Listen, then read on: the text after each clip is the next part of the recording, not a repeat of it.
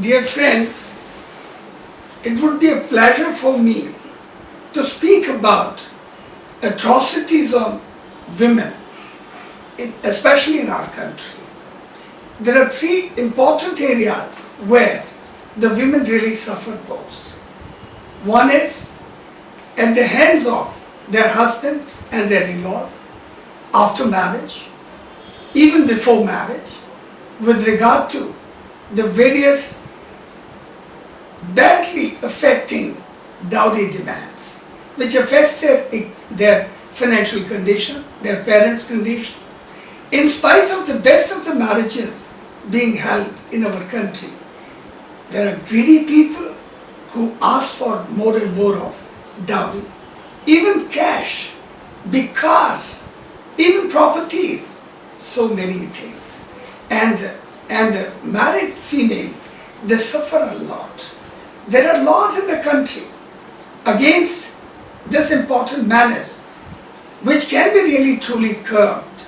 But in spite of the best of the laws having been passed by the Indian Parliament, like Section 498A getting added to the IPC and 406 already existing with regard to the misappropriation of the Stridhar, the so-called female's property.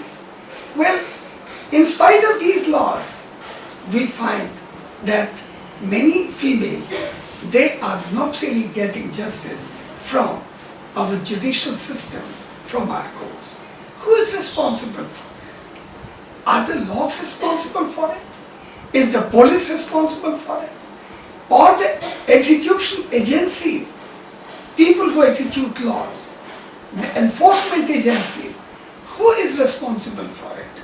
Most of the times I find that it is the inexperienced,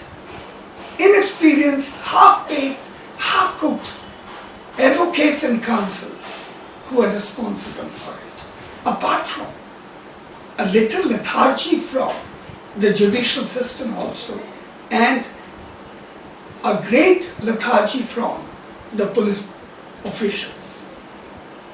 The counsels, the advocates who are there to protect the interests of the females judicially and provide them relief from the courts, they are really probably not doing their duty to the best of their capability.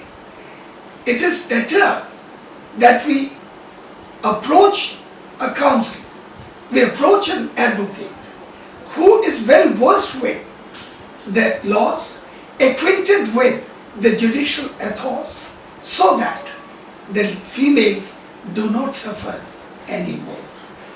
Apart from this, there is yet another area, and that is the area of domestic field, where a lot of females again face so many problems on account of domestic violence, domestic cruelty, perpetrated by their husbands and their in-laws.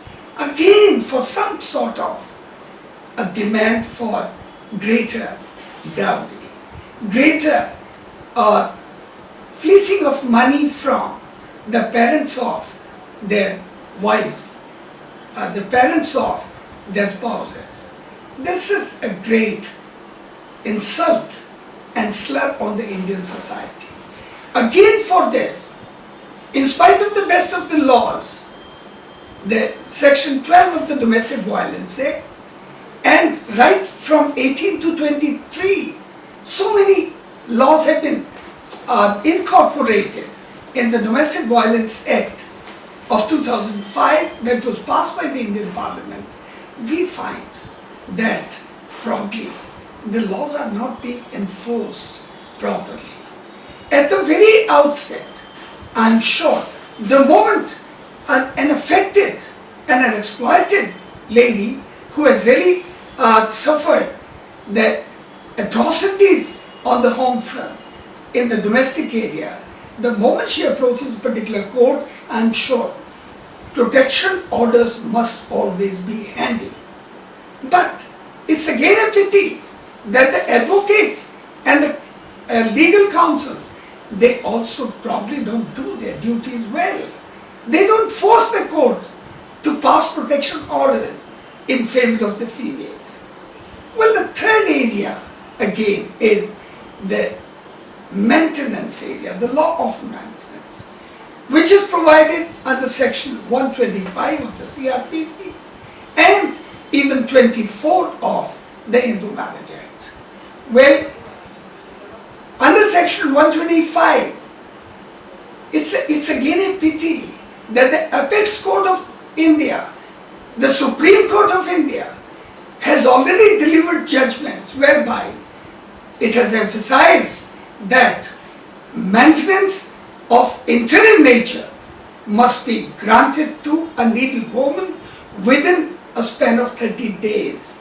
But here, 30 months pass, 2 years pass, and yet a woman never gets a relief. It's again a pity. Within a span of 30 days, a woman must be granted interim relief, because this right to maintenance is not an ordinary right. It's a right which is directly connected with the right to life. Nobody can survive without maintaining herself or himself. Food, shelter, clothing, medication, all these are very important to all human beings, especially a woman who, if she has been deserted by her husband, she cannot be left to the vagaries of the society.